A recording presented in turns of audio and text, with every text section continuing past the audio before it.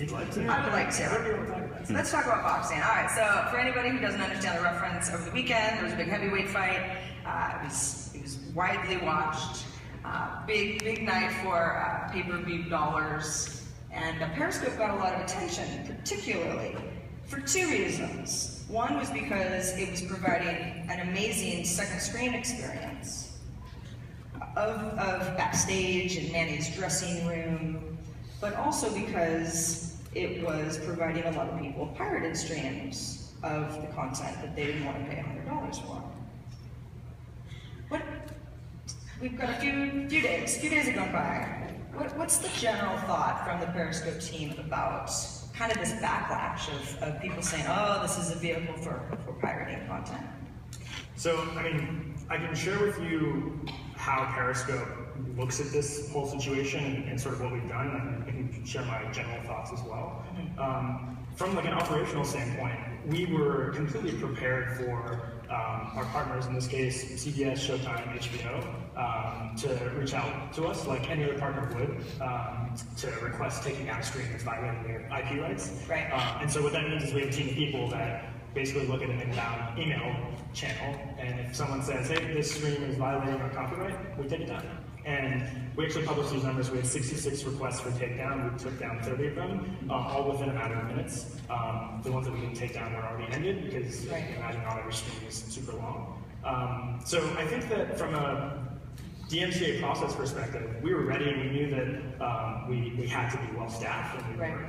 I think there's a broader question though, which obviously like you've seen other headlines around Game of Thrones and Periscope, and like what I will say is that generally there's way more media attention than there is of a problem, in the sense that there were probably an order of magnitude more articles written about the whole Game of Thrones thing than there were actual broadcasts that were reported to us about the Game of Thrones. But then again, don't you have the issue of the numbers that you're throwing out about what got taken down was, of 60 complaints, 30 something. That sounds very low to me.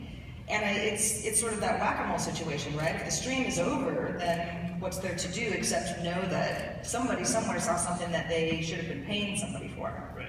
Yeah, I mean, generally I would say that there's a lot of innovation to be had in the whole DMCA operational process. Like the sheer fact, for example, the DMCA process mandates that you respond to these within 24 hours obviously isn't very relevant in a real-time setting. There are a lot of tools that should exist and can exist with a lot of time development to handle this stuff in real time, and we're genuinely interested in working with partners on figuring that out. It's like, it's new territory, right? Like the proliferation of all these mobile devices and the fact that I can't just take my phone right now and stream changes the landscape of how a process like that has been done in the past. So we're totally game to help, innovate that space forward. But I will say that generally, and I think that the boxing match was an exception just given how much hype there was, how much demand there was to watch it, how expensive it was, and frankly the friction involved. I mean, down to the fact that you had cable companies that literally couldn't provide access to the stream for people who paid. So that was an unusual circumstance. I would say generally my personal view on this is that no one wants to watch Game of Thrones over Periscope. Like, I love Periscope, trust me, but like it's not the right way to watch an experience that should be had on TV or on an iPad with like a nice sound system or headphones. Hey, if HBO Go goes down and you're a big enough fan, you'll do anything. That is true. And I will say I'm glad you brought up HBO Go because I think it's examples of like that. Like HBO is a fantastic example of what companies like HBO can be doing to make it frictionless for people to get the content they want. I think generally speaking, especially in a world where like mobile devices are so pervasive, if you make it really easy for people to have a legitimate way to access the content, they will. And iTunes proved that. So I think that's the other way I look at this is there's a lot of stuff we can be doing around tools. We have to have a process that's respectful because piracy, it's not a Periscope thing, it's an internet thing. Like piracy's been around forever. I think the combination of making it frictionless for people to have access to the content legitimately and all the other stuff will help everything. You did mention that there's probably more media attention than there is an actual problem. Have you heard from HBO or Showtime or CBS about how you can fix something like this from happening in the future? Well, we certainly have worked with them very closely the day of, and in other cases to a lesser extent. And you'll see, like, European football leagues will reach out and be like, hey, someone's broadcasting the whatever Turkish soccer match, please take it down. We also work really closely with companies like HBO around brainstorming awesome opportunities. Like the fact that you could watch Manny Pacquiao, in the locker room for the match was amazing. And so we collaborate with those partners in a lot of ways, and I think we're totally open to conversing with them around like more brainstorming how we can create tooling that can help this process as well. So the pirating aside, the boxing match is a great example of that second screen experience. Mm-hmm. Do you have specific live events that are non-sports? Because sports, it's kind of become this, that's really the last live thing. You can't really watch the Super Bowl a day later. You'd have to live underground. You're gonna know who won the boxing match. You're gonna know who won Best Actress at the Oscars. What kind of partners do you think would be good for something like what you did over the weekend going forward? I think that that's for me, the exciting and the beauty of Periscope is this massive spectrum of possibilities, right? On one side you have, you might be sharing your nephew's first footsteps with the family. On the other side, you might have, you might be on the ground in Baltimore sharing important things that are happening around you in the world. Or you might be at the Met Gala. Katie Couric was broadcasting at the Met Gala last night, and just like, I saw that. Talking to celebrities. The one celebrity she didn't actually point the camera at was George Clooney. I think she was so flabbergasted that she was talking to George Clooney that she's Katie Couric. That's what I said. Exactly. But I think that's the beauty. There's a lot of things in that spectrum where our vision of being almost like a teleportation device can come to life, where I just want to step into someone's shoes and experience some place that I'm not at right now. Yeah. And that can transcend events, places, personal, social experiences. There's a lot that can happen there, and that's both one of the terrifying and one of the really exciting things about trying to create a product that addresses that massive of a spectrum. Before Periscope was out to the world, I was telling you a little bit before we came out on stage that I had experimented with Meerkat a few times. Obviously the two apps get compared because they do a lot of similar things, although the model is somewhat different. When you say something like Katie Couric was at the Met Gala and using Periscope, I'm starting to see a lot more Periscope than I am Meerkat with public figures. Do you have an outreach team that is helping that along?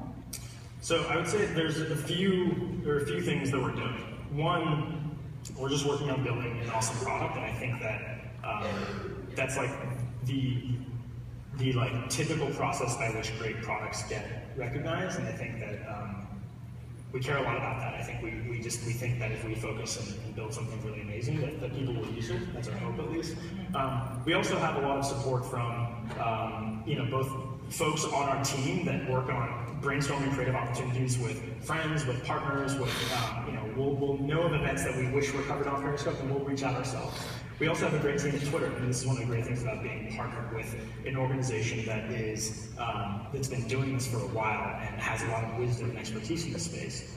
We have a whole team of people at Twitter that are have fantastic relationships with, whether it's sporting leagues or whether it's broadcasting partners or whether it's celebrities or whether it's creators. Jason was just on here talking about Vine, but there's countless Vine celebrities that we've been working with that have been doing some of the most creative things I've seen on Periscope. Have just been folks that you wouldn't necessarily recognize their name, but they just like experimenting with new tools. And the combination of all those things has made it, I think, possible for us to see lots of really interesting use cases on Periscope, even though it's early. You mentioned Twitter. I happen to live right near your office. We figured that out. We're neighbors. Go to the same coffee shop. The Twitter building, which is very beautiful, is also not too far away, about 3 blocks. You've made it clear that you want Periscope and the team to be in a separate space, physically, not only have autonomy as a team, but to have some distance. Why is that so important? Well, I think the thesis of our partnership with Twitter was we truly want to be a startup with the resources of a bigger company. Isn't that what all startups would want? That's perfect. I think that philosophically that sounds great all the time. I think that there are a lot of legitimate cases where it's actually more powerful to be more deeply embedded with a company. But in our case, the whole thesis of the Periscope Twitter merger was we build a standalone product and we have a standalone everything from the marketing to the product experience to the branding to the physical office and the culture. Those two things go hand in hand. I believe, and we as a team believe, and I think Twitter believes as well, needs to be separate.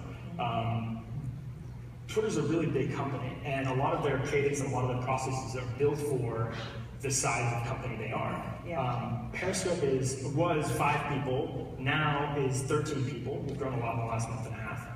But that's still tiny, and everything is fundamentally different in a 13-person company. We literally, we all eat lunch together still. You can't do that in a 4,000-person company.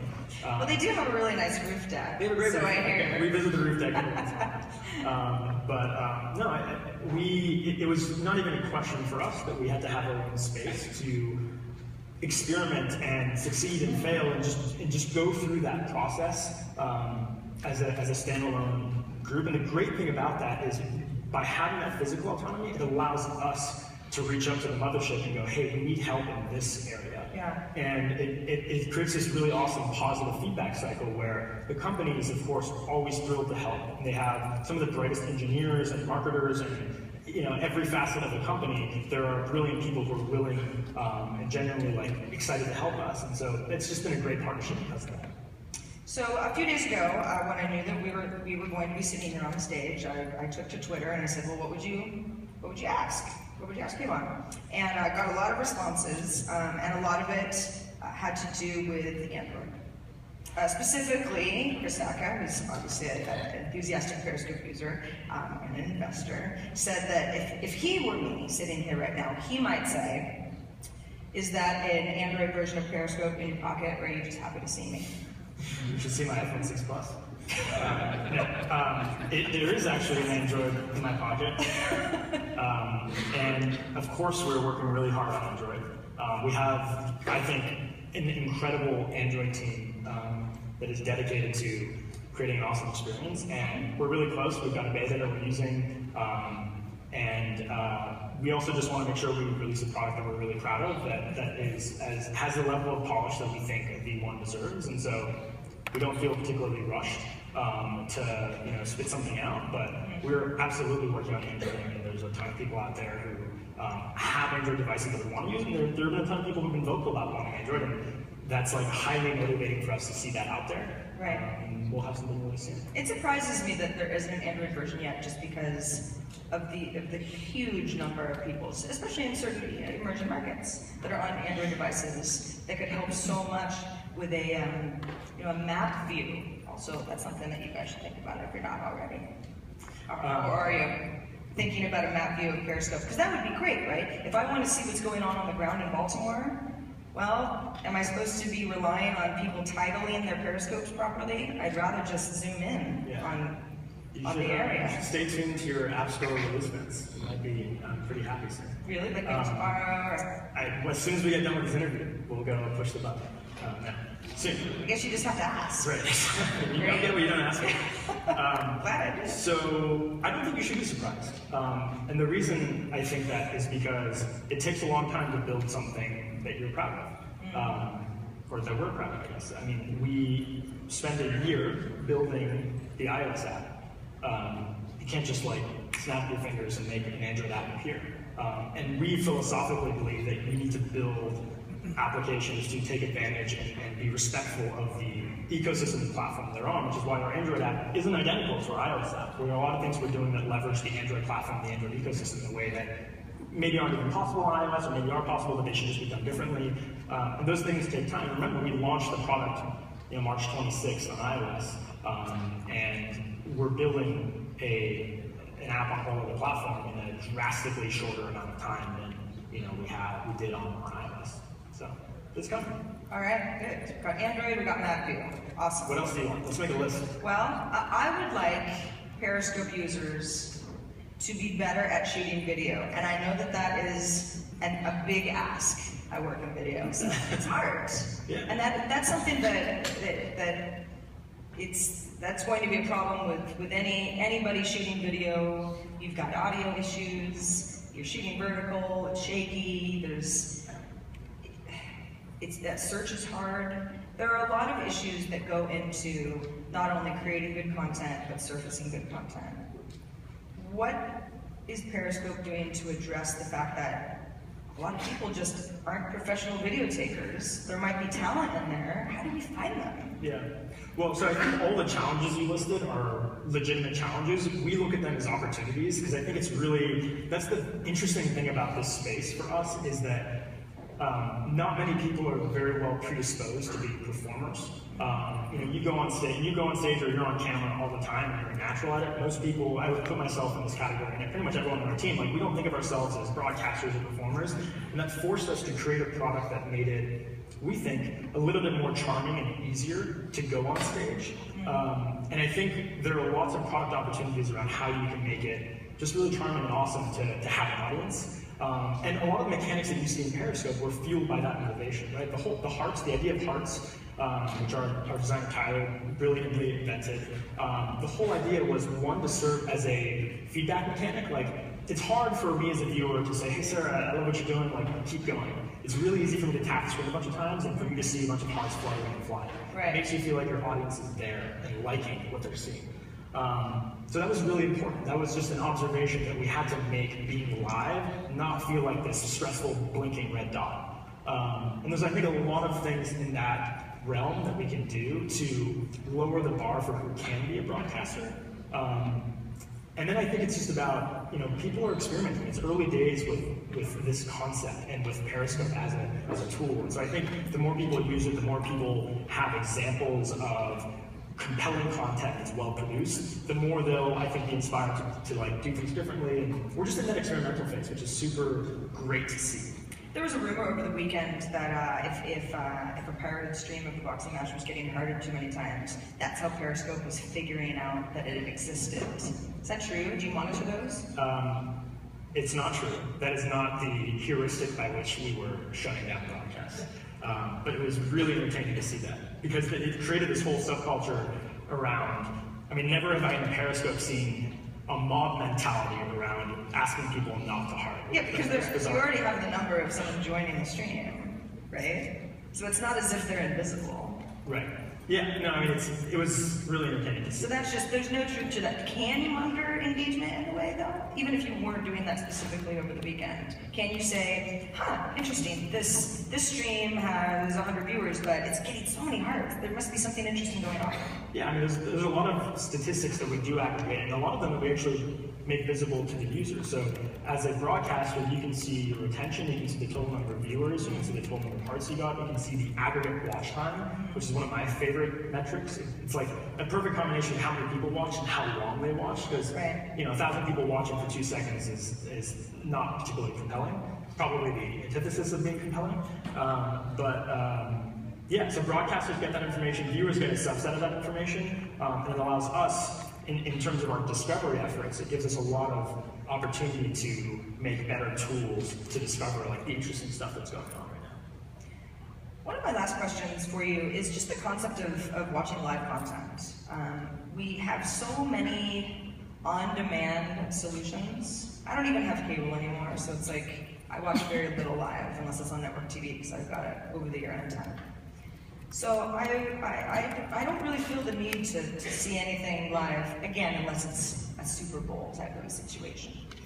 How do you, because Periscope offers you the ability to watch stuff after the fact, but it's still the emphasis on live. This is happening right now, right on the other side of the screen. How do you get people to feel that they need to watch something as it's happening again, when we've all been, we've sort of been conditioned to know that we can get around it? I think it's a great question. I think we've also been conditioned to think of live as a passive experience. When I watch TV, I'm sitting on my couch, I'm not interacting, I'm watching the screen. Yeah. With Periscope, our whole ambition was, let's make this an immersive experience. Let's put you as a viewer actually in the director's chair so that you can break down that fourth wall and impact what you're seeing. The magic moment of Periscope is not when the video stream starts and it's live. The magic moment is when Sarah says, Kayvon, walk over there, and 2 seconds later, Kayvon walks over there. You're like, oh shit, I just made that happen. Yeah. And we've seen that, like, when you watch Tom Green walking the streets of San Francisco broadcasting, and one of his viewers says, get in that Ford Mustang, and he gets in the Ford Mustang, you're like, mind is blown. And so that's... Serbian chicken. Right. That is... But real. What are, like, competitive edges as a medium, because it's not live like we're used to. It's this like bi-directional, magical live. That's what we try and remind ourselves as we continue to build tools to make Periscope achieve that vision. Well, congratulations on all your success so far. We are out of time. Thanks, Kayvon. Thanks for having me. Thanks to all of you.